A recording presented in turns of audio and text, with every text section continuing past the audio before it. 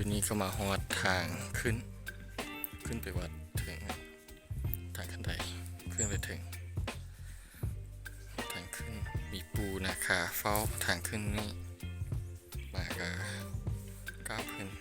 แล้วก็ขึ้นไปถึงวัดมันนำกันสร้างห้างเครื่องมานอนแล้วก็เครื่องมาเทนเพิ่น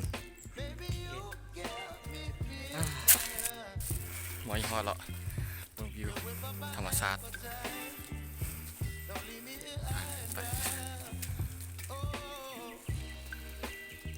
หลังจากเขาขึ้นมาจากลุงสุดขึ้นมาแล้วก็เห็นพระเพิงพระพรหมอยู่นี่เนาะถัดพระพรหมมาแล้วก็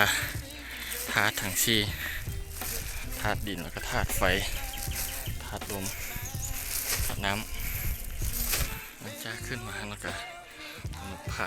หุ่งปูเม็ดแล้วก็พระนอนมันมีทางขึ้นไปต่อถึงจอมนอนแล้วก็พระนนท์หุ่งปูเม็ดเดี๋ยวนี้เคยมาทานเพิ่นสปอตไลท์4 อันกาแฟกับขนมกำลังแกะออกมาไหมเป็นบทเรียนอย่างนี้นะว่า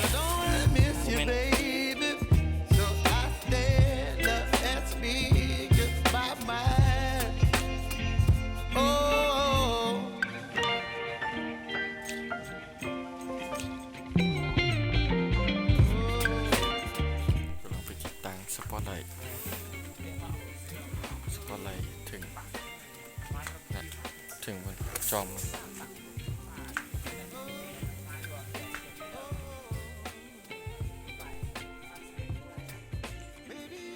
มือตกสันนิดนึง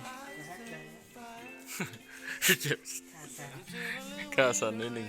ใส่สปอตไลท์ดิ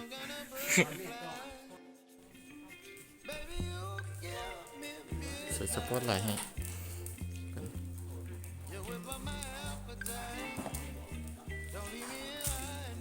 เปิด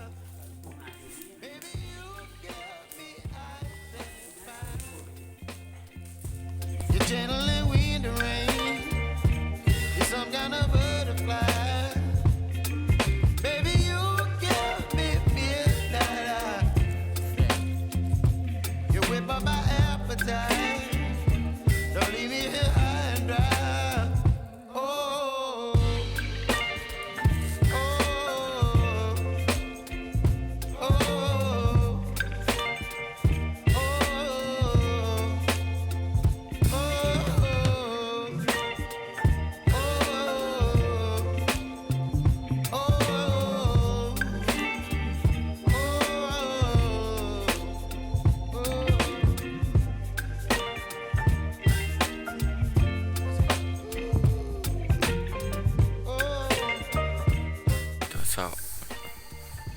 มันมอกง่ายตอนเสาดีพัดจันทร์ก็ยังบ่ทันลงเถอะพัดจันทร์บ่แม่นอาทิตย์เด้นี่มันเดือนพัดจันทร์อาทิตย์ยังผ่านขึ้นแต่ประมาณ6 โมงเดี๋ยวนี้6 โมงบรรยากาศดี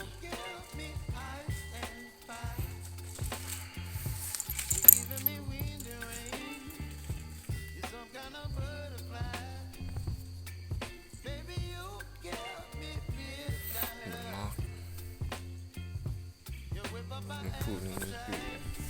ภูเขาฟูจิลาว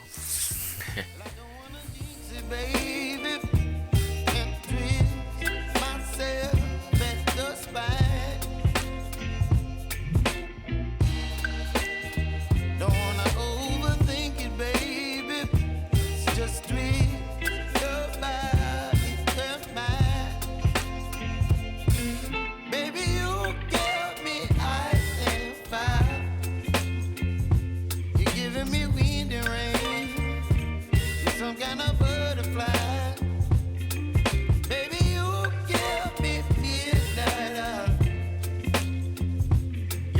my appetite. Don't leave me here